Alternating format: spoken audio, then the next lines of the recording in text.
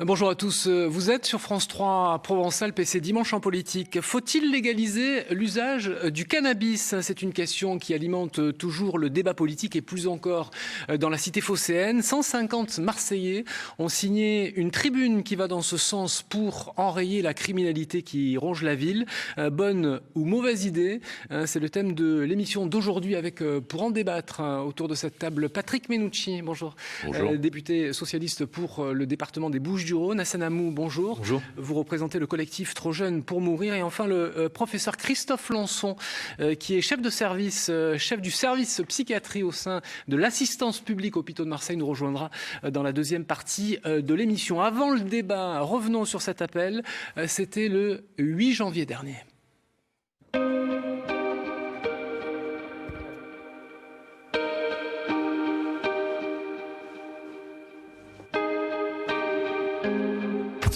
L'appel de Marseille, 150 personnalités, politiques, magistrats, médecins, policiers, des univers différents pour une idée partagée. Il faut légaliser le cannabis pour tuer le trafic et les règlements de compte. Cannabis, cigarettes, alcool, dans le même sac. Le cannabis peut être une consommation dure, c'est-à-dire quotidienne, irrépressible, etc.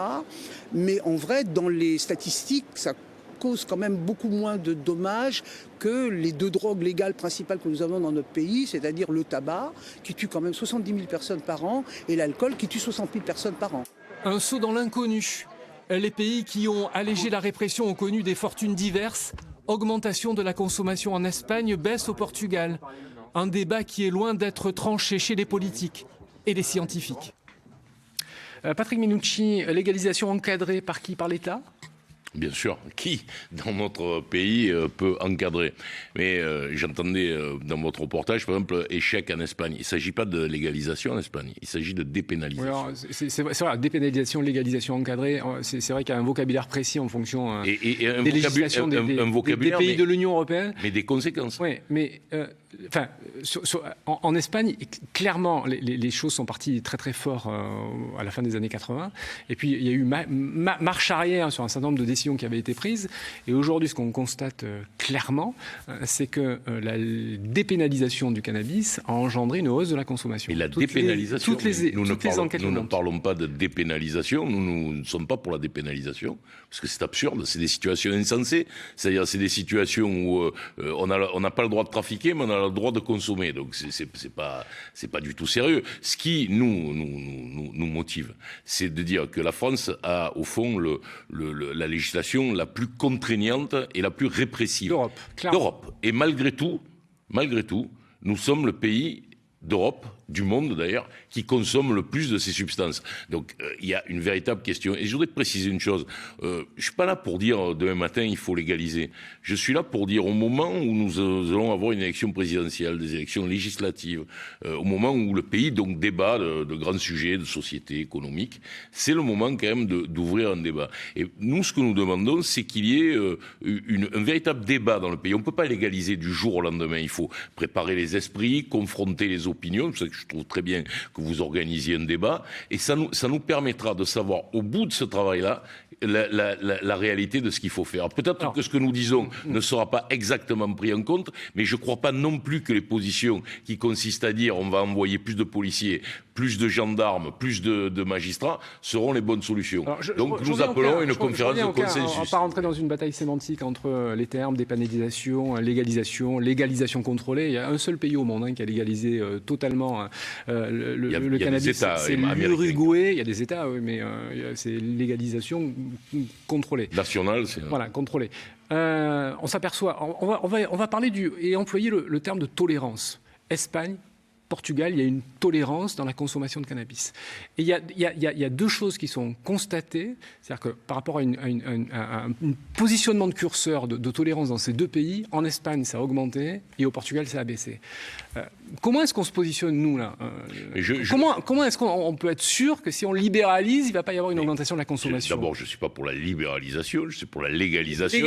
Je tiens à l'expression, et comme je viens de vous le dire, moi je ne prétends pas détenir la vérité. Mais je vois que nous avons un débat où tout est blanc ou tout est noir. Et ça ne me convient pas. Je pense que quand on a 7 millions de gens qui consomment régulièrement, 17 millions de Français qui ont déjà consommé, on est en droit de se poser les questions qui permettent de trouver des solutions. Donc moi, je veux bien entendre toutes les remarques sur ce que je dis, mais ce que j'aimerais, c'est que l'État, et j'ai vu qu'il y a un certain nombre de candidats à l'élection présidentielle. On vote aujourd'hui d'ailleurs. Voilà, dans la primaire socialiste, on vote aujourd'hui, qui disent « Ok, ouvrons le débat ». Et je pense que c'est très important si ce pays arrivait tranquillement à poser les choses sur la table. Parce que nous avons, quand même, ce qu'il faut dire, c'est qu'à Marseille, alors en particulier, puisque c'est l'appel de Marseille, vous avez 20% des procédures judiciaires qui relèvent du cannabis, 20% des activités de la police qui relèvent du cannabis, et je ne parle pas de ce qui relève du cannabis en prison. Alors, très rapidement, voilà, je souhaiterais que Hassan Amou puisse s'exprimer. Aujourd'hui, en France, vous le disiez, c'est le système le plus répressif de l'Union européenne. C'est 1 an de prison et 3 750 € d'amende. La consommation. Donc, il faut faire attention. Effectivement, ces choses-là sont interdites. Au niveau de la vente, on parle de légalisation encadrée. Ça veut dire quoi? C'est-à-dire qu'on pourrait acheter éventuellement dans des bureaux de tabac. Ça veut dire qu'il y a deux. Il y a deux options. Il y a eu une baisse de leur chiffre d'affaires ces dernières années. La légalisation. Pour compenser. La légalisation, elle peut être le fait de personnes qui tiennent au rôle de l'État, très fort, comme moi par exemple, mais d'autres plus libéraux. Je pense à un garçon qui s'appelle Gaspard Koenig, qui est au Parti des Républicains, qui est un professeur à Sciences Po Paris, et qui lui pense que c'est une autorité de régulation, un peu comme pour les jeux, qui donnerait des autorisations. En tout cas, ce que montre l'étude de Christian Menlakdar, qui est celui qui a le plus étudier l'économie du cannabis dans ce pays, c'est que c'est entre 2 milliards et 3 milliards de bénéfices que l'État pourrait tirer d'une légalisation contrôlée du cannabis. Alors, entre les pour et les contre, il y a quelque chose qui est aussi significatif, c'est que majoritairement, et on va voir les chiffres, la population française à 60% est opposée pour une légalisation, dépénalisation. On ne va pas encore rentrer dans cette guerre des termes utilisés. 60% de la population est contre, 40% pour. Vous, Hassan Amou, asséchez le trafic pour enrayer les règlements de compte, parce que c'est ça la motivation initiale de votre pétition. Pour vous, vous n'y croyez pas? Non, je n'y crois pas. D'abord, c'est une sacrée promesse qu'il va falloir là encore tenir. Expliquer aux gens que forcément la légalisation du cannabis conduirait à la fin des trafics, à la fin de l'insécurité et des règlements de compte à Marseille, je pense que c'est une promesse qui va être... Majoritairement, les règlements de compte qui sévissent sont liés au trafic. Sont liés au trafic de stupéfiants et essentiellement du cannabis. Tous les systèmes liés à la délinquance dans notre pays évoluent avec les dispositifs que nous pouvons mettre en place. Et je pense que celui du trafic de drogue, en l'occurrence, et notamment dans les quartiers nord dans lesquels je vis, va aussi se moderniser. Il ne faut pas se leurrer là-dessus. Et je pense qu'aujourd'hui, c'est un sujet important, c'est bien que le débat ait lieu, mais il faut aussi prendre toute la dimension de ce que vivent ces quartiers-là, et que j'ai l'impression pour moi que la légalisation du cannabis, sans vouloir offenser personne, c'est un peu une solution un peu, j'ai envie de dire, d'apprenti sorcier, qui va évacuer, de la manière dont c'est présenté, tous les véritables sujets liés à ces quartiers, à la paupérisation de ces quartiers, à l'enclavement de ces quartiers et aux diverses difficultés que nous rencontrons.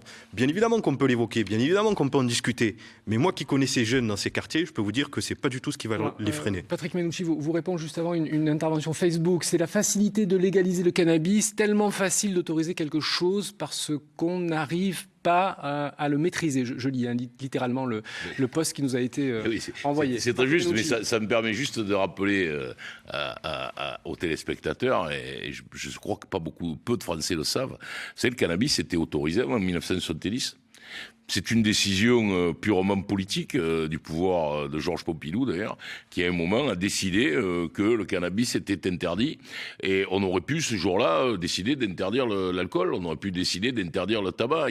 Ça, c'est un argument un peu facile. Non, c'est pas un argument. Mais pourquoi? Non, mais c'est ce que dit Béatrice Stamboul. Elle dit, oui, mais attendez. Mais oui, mais Madame Stamboul... Mais là, on rajoute un truc supplémentaire. Madame Stamboul, elle dit tout à fait la vérité. Mais on rajoute... Il y a 90 000 morts. Il y a 90 000 morts par l'alcool et 60 000 par le tabac. Et il y en aura peut-être 90 000 le problème, c'est que justement, du cannabis. Si on laisse le cannabis dans la cave, si on laisse le cannabis aux mains des trafiquants, comment voulez-vous faire de la prévention? Comment voulez-vous contrôler, par exemple, le THX qui est dans le produit? Et ce que je voudrais dire à M. Hamou, c'est toxique, que... Bien sûr que c'est toxique. Ce que je voudrais dire à M. Hamou, c'est que la réalité de ce que vivent les cités, c'est qu'on peut mettre dans les cités, on parle des quartiers nord, mais il y en a bien ailleurs et partout en France, sur tout le territoire. Bien sûr. Et des villes entières. On peut parler de Soligny, etc. Donc, dans ces endroits-là, vous pouvez mettre tout l'argent de l'ANRU que vous voulez. Vous pouvez mettre toutes les opérations que peut faire l'État, et je ne les juge pas les uns et les autres. Si en bas de chez vous, vous avez des... Mais vous pensez qu'on a tout fait dans les quartiers? Je pense que dans les quartiers, on doit d'abord, la première chose à faire, c'est éliminer les trafics, c'est-à-dire permettre aux gens de vivre dans la tranquillité. Pour éliminer les trafics, il faut d'abord frapper là où c'est nécessaire. Hassan Hamou. Puisque vous avez un échec de la police. J'ai une question à vous poser. Est-ce que demain, alors, on légalisera la cocaïne? Ou est-ce qu'on légalisera, par exemple, la Kalachnikov? Je vais vous répondre. Autant légaliser la Kalachnikov. Je pars dans l'extrême exprès. Oui, et je veux dire qu'à un moment donné, je dis, est-ce que c'est pas la solution de la facilité? Est-ce que vous pensez que c'est pas le renoncement de l'État? Vous pensez que c'est à la hauteur du débat qu'on a? La Kalachnikov. L'héroïne, je vous réponds volontiers. L'héroïne, il y a, et je pense que le professeur Lanson tout à l'heure donnera... On va rester sur le sujet qui nous intéresse. Il y a des plafonds de verre de consommateurs d'héroïne dans le pays qu'on estime à environ 500 000 personnes. Il faut bien comprendre que le cannabis, c'est comme fumer une Marlboro. Et donc, vous pouvez très bien avoir 20 millions de gens... Ce qui n'est pas très bon pour la santé. Exactement. Et vous pouvez avoir 20 millions de gens qui consomment. Ce n'est pas du tout la même prévalence de consommer du cannabis que de consommer de l'héroïne. Je reviens sur le lien entre votre pétition et les règlements de compte à Marseille. Et je reviens à cette question initiale. Vous n'y croyez pas. Vous êtes persuadé que ce n'est pas parce qu'on va légaliser... contrôler le cannabis que les faits divers nombreux aux Pays-Bas à Marseille, le département des Bouches-du-Rhône, vont disparaître. Mais bien sûr que non. Aux Pays-Bas, les autorités se sont durement heurtées à la réalité, puisque en 2014, ils ont fait marche arrière sur un nombre de dispositifs. Bon, alors vous proposez pas la même chose, mais c'était sur le dispositif des coffee shops. Et on a clairement vu que la criminalité autour qui était liée au trafic de drogue n'a pas eu une baisse fortement, une forte baisse. Vous êtes quand même conscient que dans notre ville, sur les 35 homicides qui ont lieu cette année, de l'aveu du préfet de police, qui est un homme qui fait un travail formidable, je veux le souligner, qui tape, vous le savez, beaucoup dans les réseaux, il y a probablement 25 ou 26 affaires qui sont liées au cannabis. Du stupéfiant et du cannabis. Nous avons un niveau de règlement de compte qui est unique dans l'Europe traditionnelle, au moins dans l'Europe des Neufs. Alors vous nous faites la promesse avec les 150 signataires, de cet appel, on mettra fin au règlement de compte. Essayons de nous comprendre. Oui, mais est-ce que vous êtes capable de pouvoir dire ça rapidement. Essayons de nous comprendre. Vous voyez bien que je fais aucune promesse.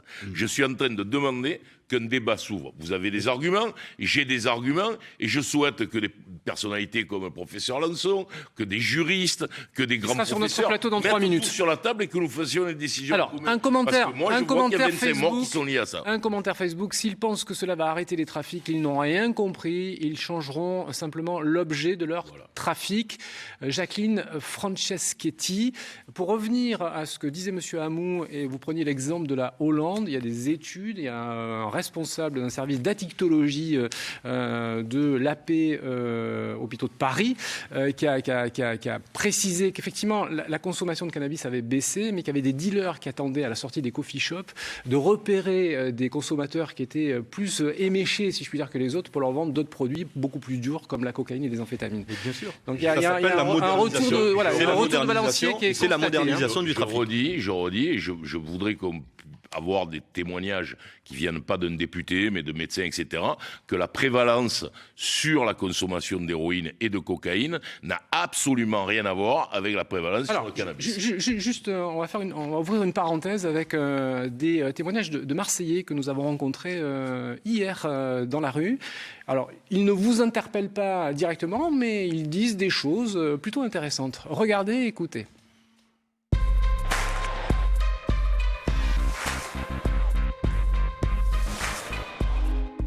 Alors, est-ce que la légalisation du cannabis mettra fin au règlement de compte ? À mon avis, non, puisqu'il y aura d'autres trafics qui se mettront en route, donc les règlements de compte, ça ne les réglera pas. Maintenant, ce que peut vraiment faire la légalisation du cannabis, c'est régler le problème de toxicité du produit. Personnellement, j'en suis pas sûr, parce que je pense qu'il y aura d'autres produits qui seront mis en exergue sur le marché, peut-être des produits encore plus durs, donc je ne suis pas sûr du tout que ce soit une bonne solution. Évidemment, la criminalité est liée au trafic de drogue. Ici à Marseille, notamment, on a eu pas mal de problèmes par rapport à ça. Mais c'est sûr que c'est une question qui doit être affrontée par plusieurs points de vue. Je suis enseignant dans les quartiers nord et que donc je suis au contact des populations qui sont exposées à ce problème et beaucoup trop vivent de ce trafic-là. Ils seront obligés de se tourner vers autre chose. Je pense que oui, parce que comme ça, les gens, ils se cacheront peut-être plus pour en consommer. Ça évitera pas mal de blessés et voilà. Je pense qu'il faut faire peut-être un regard plus en profondeur sur la misère, sur la différence des salaires des personnes et combattre la pauvreté par d'autres moyens. Hassan Amou, Oui. premier commentaire sur ce que vous venez de voir. D'abord, on voit des Marseillais Partagé, avec des avis, un avis partagé. Ça fait débat. Les gens sont extrêmement lucides sur ce qui se passe, en tout cas dans les quartiers nord. Et ça, on voit une vraie préoccupation des règlements de compte dans les quartiers nord. Et ça, moi, en tant que responsable de ce collectif-là, ça me fait plaisir de voir que la population marseillaise se sente concernée. Mais on voulait encore. Mais lancer cette idée à titre expérimental, par exemple, même contre ça, vous ne seriez pas favorable? Mais non, parce que imaginez le message que vous allez envoyer à toutes les personnes qui n'ont pas encore goûté au cannabis et qui pourraient demain, parce qu'on leur a expliqué que c'est interdit, que se fournir, finalement c'était autorisé, qu'on pouvait aller fumer du cannabis comme si on fumait de la cigarette. Hassan Amou, merci beaucoup d'être venu sur notre plateau. On va évoquer vous maintenant rendez compte que le message là qui est envoyé, très rapidement, Patrick, vous pouvez aller dans les spots habituels chercher votre dose. Où on peut avoir des solutions aussi beaucoup plus modernes. Vous avez 17 millions de gens qui fument. Est-ce que ça vous dit quelque chose? C'est ça la question. Bon. Ça s'appelle la prohibition. Bon, très bien. Allez, on va arrêter le débat là. Merci beaucoup d'être venu sur notre plateau. On va aborder une question qui est une question fondamentale. Ce sont des questions de santé. Parce que, évidemment, consommer du cannabis, ce n'est pas neutre sur votre propre santé. En tout cas, si vous êtes un consommateur. Regardez ce reportage.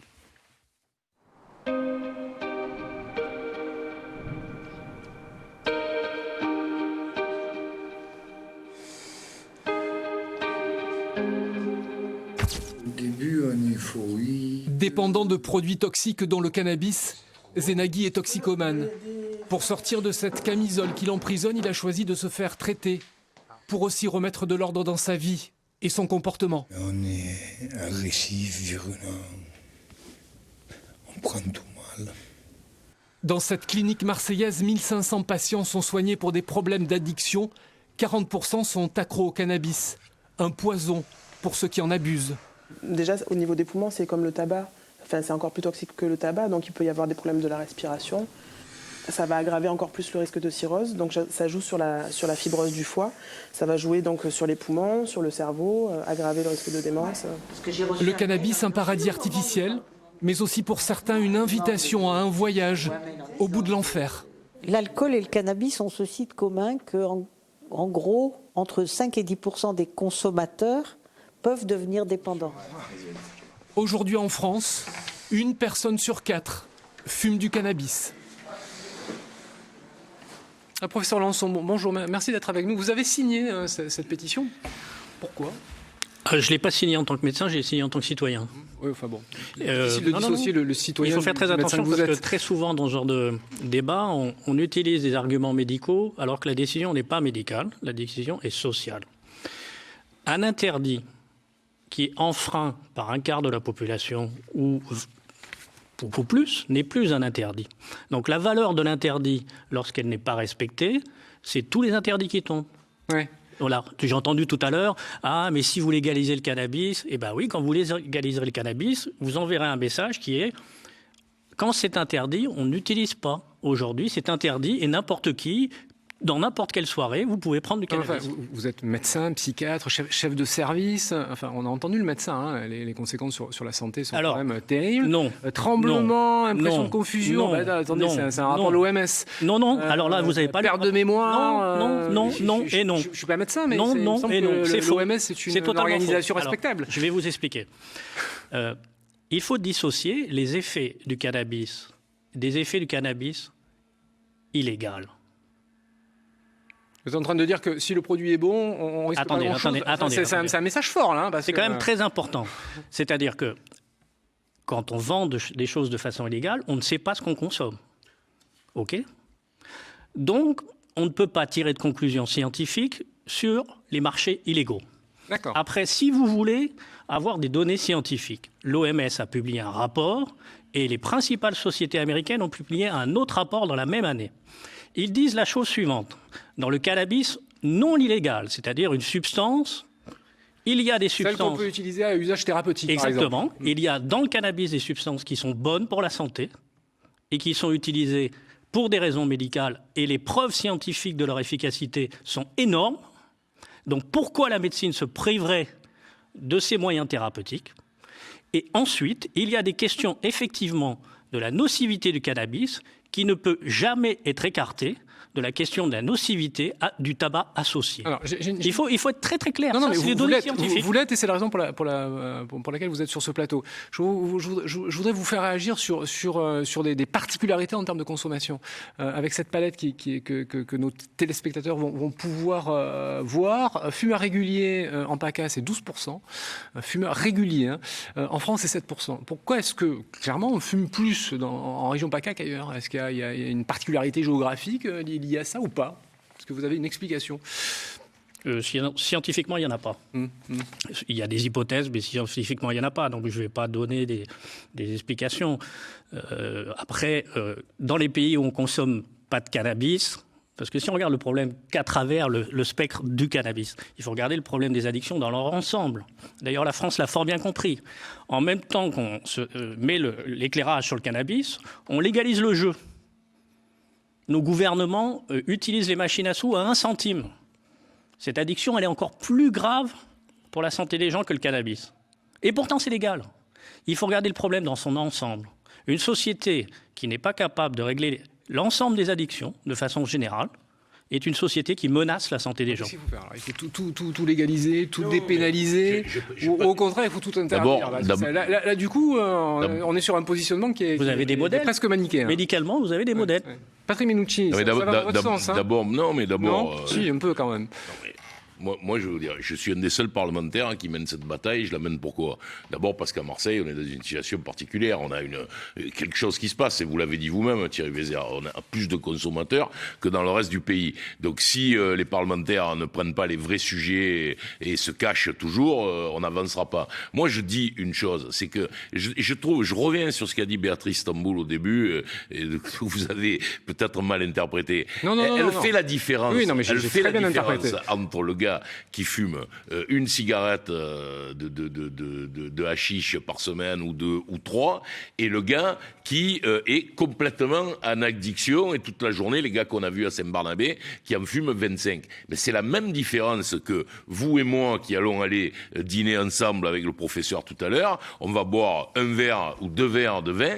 Et c'est pas pour ça qu'on beaucoup de modération. Hein. Non mais Thierry, c'est pas pour ça qu'on va être jeté aux gémonies. Ouais, on aura, c'est la même chose. Il faut bien comprendre qu'il n'y a aucune différence morale entre le cannabis et l'alcool. Monsieur Bézère, vous avez donc lu le rapport de l'OMS?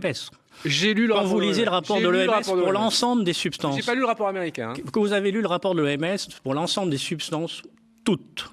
Quels sont les 2 qui ont 10 fois plus de risques pour la santé dans la population? Les 2 qu'on vient d'évoquer, le tabac et l'alcool. Donc si notre société...